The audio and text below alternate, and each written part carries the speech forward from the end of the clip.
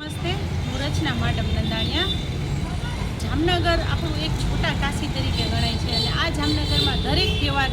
બહુ વ્યવસ્થિત શાંતિપૂર્વક ઉજવાય છે। એવી જ રીતે હાલમાં અત્યારે જામનગરમાં પવિત્ર માસ રમઝાન માસનો તહેવાર ચાલુ થઈ ગયો છે અને આ રમઝાન માસમાં 2 દિવસ પહેલાં અહીંયા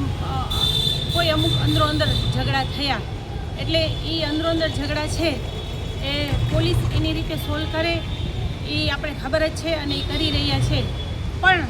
એ દરમિયાન અત્યારે વિડીયો બનાવીને એ કહેવા માંગીશ કે અત્યારે પીઆઈ સાહેબને આવેદન દેવા આવી હતી, પણ એ નથી, એટલે ઉપર એક આવેદન દઈ અને મારું કહેવાનું એ મેસેજ છે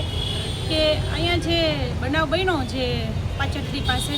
ત્યાં હાલ અત્યારે બધી રેકડીઓ બંધ કરાવી છે। તો મારો એક મેસેજ છે કે પોલીસનું કામ કરે, જે ઝઘડા થયા છે એ લોકોને અંદરો-અંદર પોલીસ આગળ કાર્યવાહી કરતી જ હશે એ આપણે ખબર છે, પણ પોલીસ ફોર્સ વધારે બેસાડી અને જે 200થી 300 ઘર એવા છે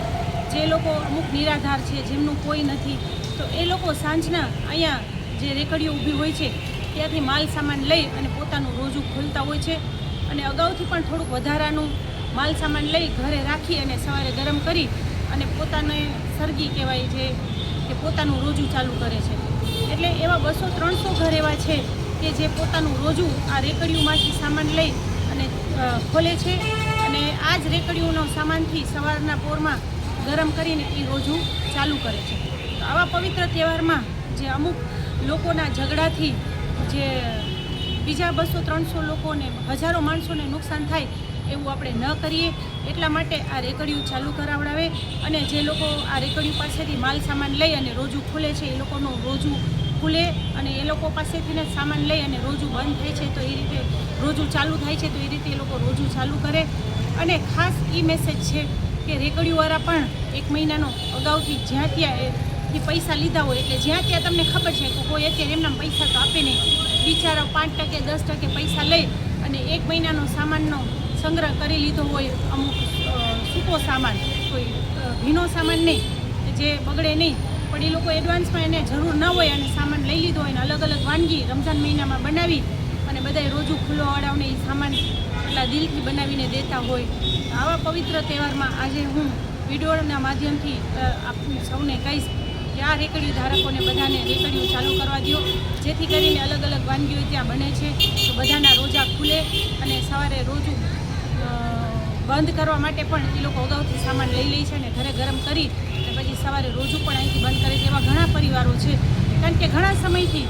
અમારો પરિવાર છે માડમ કુટુંબ, જેમાં ઘણો બધો ફાળો મુસ્લિમ સમાજનો પણ છે, એટલે આ મુસ્લિમ સમાજ માટે થઈ અને આજે હું અહીંયા આવેદન દેવા આવી છું એક આમ નાગરિક તરીકે, અને ખાસ મેસેજ દઉં છું, એવું નથી હિન્દુ, મુસ્લિમ, શીખ, ઈસાઈ દરેક ધર્મમાં જ્યારે પણ કોઈ પણ આ ટાઈપના વિઘન આવે તો અંદરોઅંદરના જૂથમાં કોઈ આખો એરિયો કે કોઈ આખો વિસ્તાર બંધ ન થવો જોઈએ, કારણ કે અંદરોઅંદરની લડાઈમાં જેમ કે મારા વિસ્તારમાં મારી લડાઈ કોઈ બીજા હારે હોય તો મારો વિસ્તાર એ બંધ ન થવો જોઈએ, એમ વાલકેશ્વરી વિસ્તારમાં પણ અંદરોઅંદરની લડાઈ હોય તો વાલકેશ્વરી પણ બંધ ન થવું જોઈએ, એમ જામનગરના જે બી વોર્ડ હોય કે આખા ભારતના જે બી હોય, તમે જોયું છે ક્યાંય કે અંદરોઅંદરની લડાઈમાં કોઈ વિસ્તાર બંધ થાય તો આ વિસ્તારને તાત્કાલિક ધોરણે ચાલુ કરવાની અમારી પીઆઈ સાહેબને માંગ છે। અસ્તુ, ભારત માતા કી જય, જય શ્રી કૃષ્ણ, જય માતાજી।